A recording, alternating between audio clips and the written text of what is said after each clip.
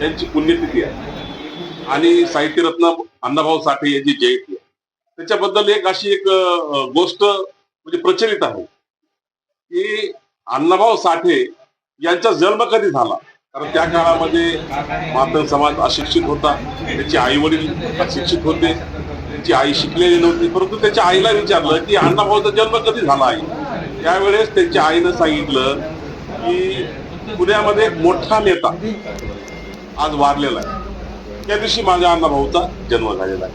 म्हणजे अण्णाभाऊ साठेंचा जन्मदिवस आणि बाळ गंगाधर टिळक यांचा स्मृती दिवस आज सबंध देशामध्ये साजरा होतोय.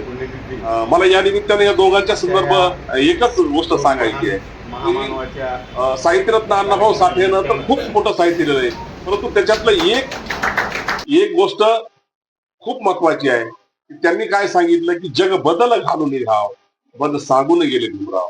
जग बदल घालून घाव मद सांगून गेले भीमराव या ओळीमध्ये एवढा मोठा अर्थ दडलेला आहे.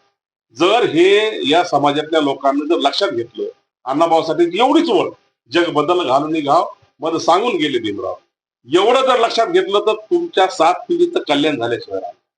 कारण जग बदल घालून घाव मद सांगून गेले भीमराव. अण्णाभाऊ साठेनं की जगाच्या सगळ्या प्रश्नावर घाव घाल, तुमच्या समाजाच्या प्रश्नावर सगळ्या शैक्षणिक प्रश्न असतील, धार्मिक प्रश्न असतील, कौटुंबिक प्रश्न असतील, सगळे प्रश्न असतील, सगळ्या प्रश्नावर घाव घाल आणि जगाला बदल, समाजाला बदल, असं बाबासाहेब आंबेडकरांनी मला सांगितलंय.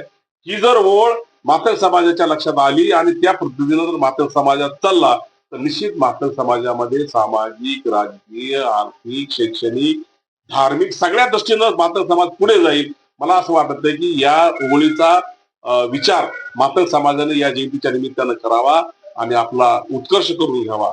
आणि लोकमान्य टिळक यांनी काय सांगितलं होतं की स्वराज्य हा माझा जन्मसिद्ध अधिकार आहे.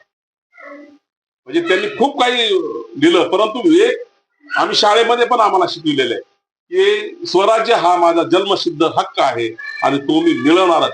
ही ओळ त्या काळामध्ये त्या काळातल्या राज्यकर्त्यांना म्हणजे क्रांतिकारी लोकांना एवढी महत्वाची ठरली, एवढी उपदेशकारक ठरली की स्वराज्य हा माझा जन्मसिद्ध हक्क आहे आणि तो मी मिळवणारच.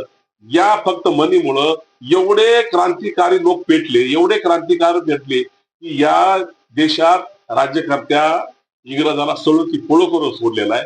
हा एक इतिहास आहे. त्या दोन्ही महापुरुषाच्या या 2 ओळी जर या देशातल्या लोकांनी लक्षात घेतल्या तर निश्चितच या देशातल्या लोकांच्या साठी अत्यंत महत्वाच्या आहेत.